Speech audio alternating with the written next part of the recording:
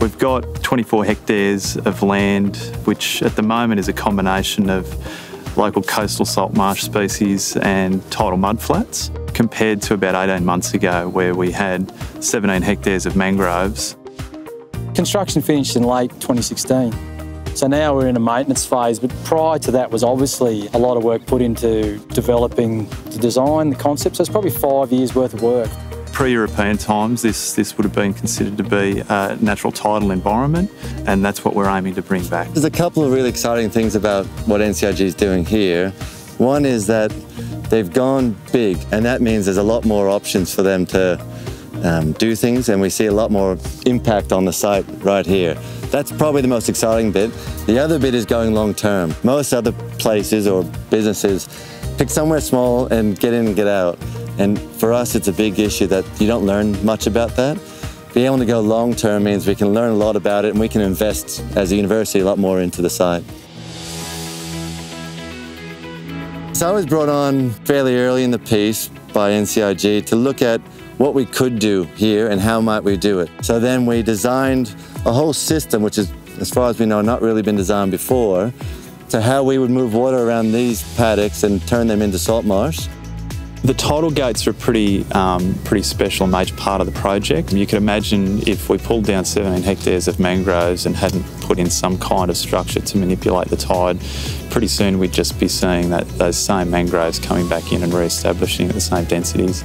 We're trying to make sure it's an area suitable for salt marsh, more suitable to salt marsh, and we do that by knocking the top off the tide. So we want to make sure that water is moving where we think it should be moving or where we've designed it to move. So we've got people looking at surface water, groundwater, the plants themselves and what's growing and where it's growing and how fast it's growing. And we're doing that both at really small scales. We've got PhD students and postdocs running around and looking in with sort of microscope sort of versions. And then we've got the big picture. So the drones are here because we measure the whole site in a more comprehensive way over a long period of time. For us environmentalists, we get pretty excited about this sort of thing. This is just, like I say, it's a culmination of a lot of years' work. To actually see it being delivered and recognised as a really good outcome, both for the birds but also the Lower Hunter estuaries, it gives a lot of pride. It's really interesting for me to be part of this project, which is a novel project. And all the collaboration that we're doing with NCIG and also the University of Newcastle and UNSW.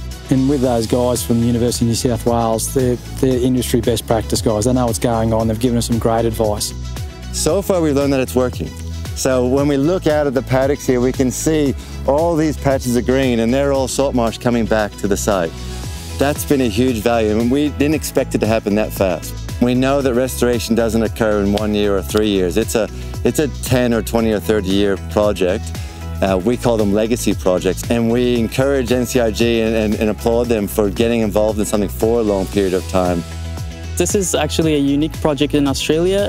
I don't think there's any other wetland in Australia that has this sort of setup with a smart gate at the front of the wetland. This can be a reference study for future projects.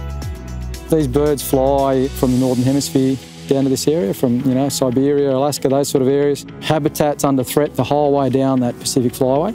Nice to be a part of having a refuge here where those species continue to exist.